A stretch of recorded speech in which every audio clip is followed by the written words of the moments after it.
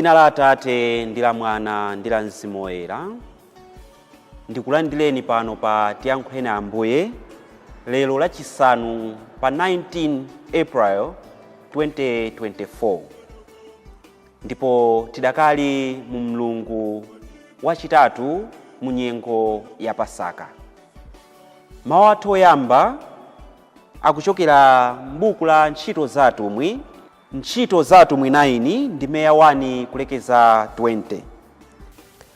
Amene akutiwerengera mawu oyamba ndi Abile Baulen kuchokera ku St. Peter and Paul na Tenje Parish mu Archdiocese ya Lilongwe. Ndipo uthenga wathu wabwino ukuchokera m'buku la Yohane 6 ndi meya 52 kulekeza 59.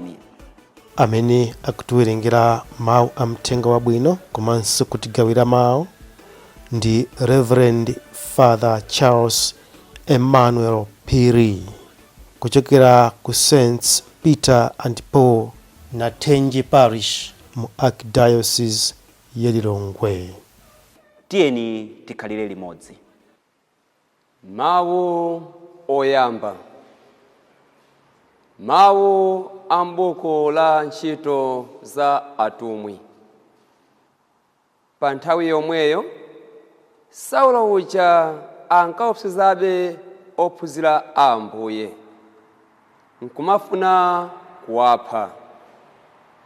Adapita kwa mkulu wa ansembe onse kukapempha makalata opita nawo ku nyumba za upemphero za ku Damasko. Ankafuna kuti ngati akapezeko ena otsata njira ya Ambuye, kaya ndi amuna kaya ndi akazi, akawamange nkubwera nawo ku Yerusalemu. Ali pa ulendo wakewo adayandikira mzinda wa Damasko uja. Mwazizizi kuwala kuchokera kumwamba kudamzinga. Adagwa pasi namva mawu akuti, Saulo, Saulo, ukundizunziranji ine? Iye adafunsa kuti, ndinu yani, Ambuye?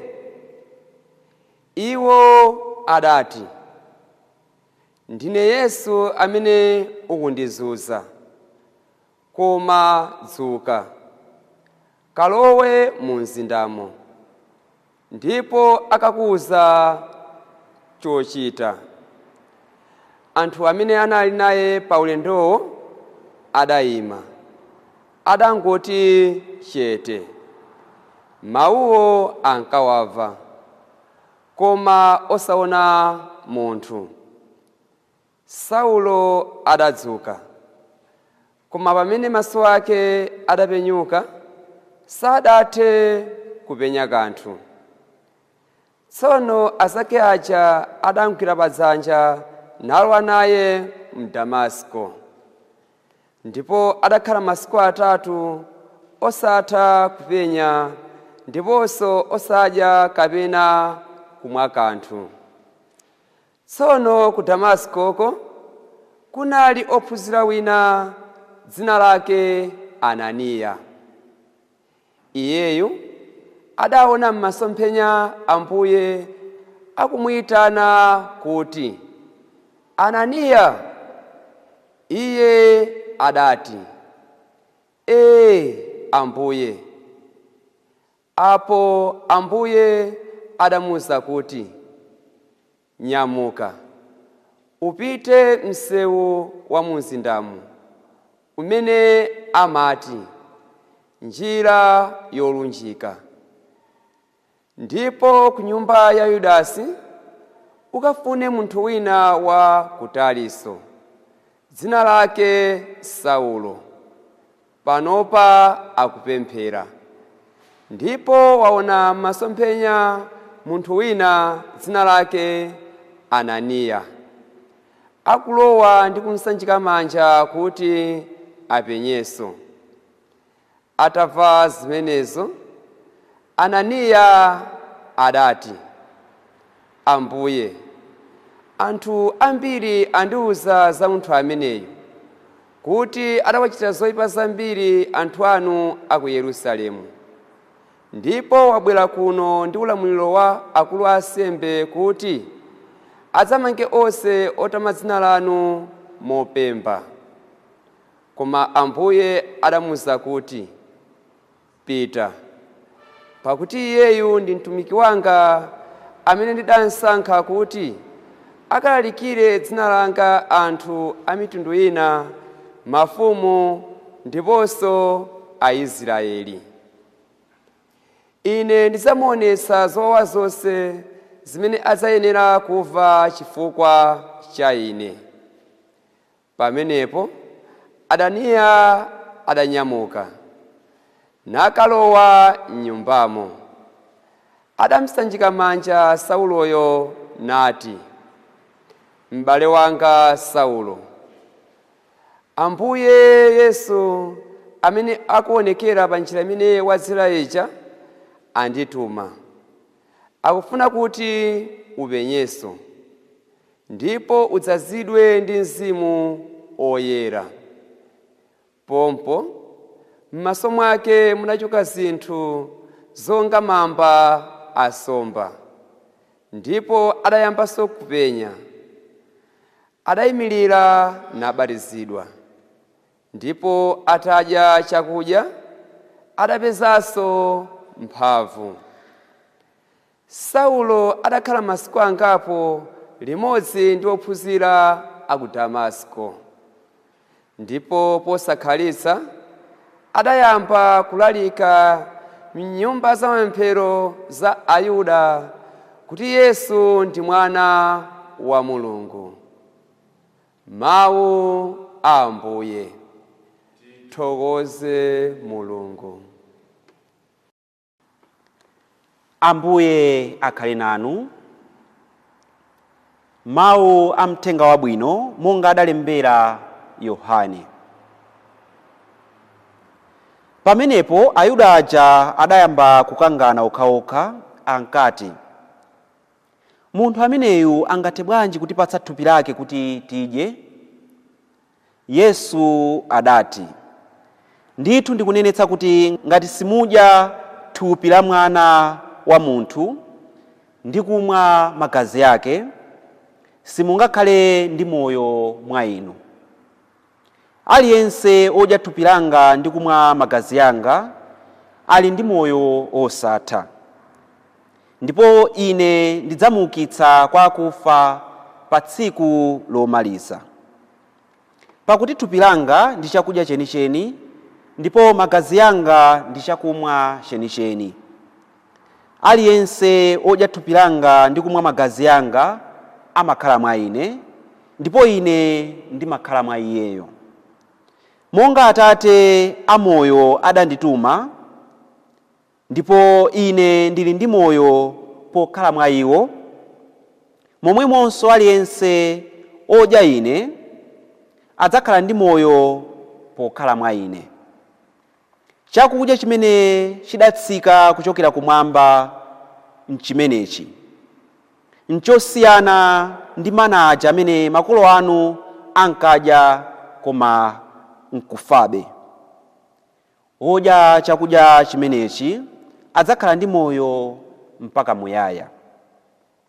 Yesu adanena zimenezi pamene ankaphunzitsa m'nyumba ya mapemphero ya ku Kapenawo. Mthenga wa Ambuye.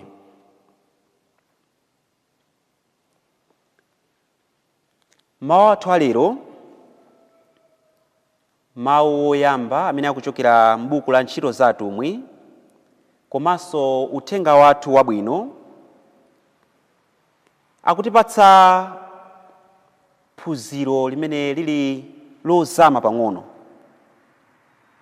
Choyamba chimene tikuona mwa Paulo kuchokera mawu athu oyamba ndi chakuti adali ndi khama.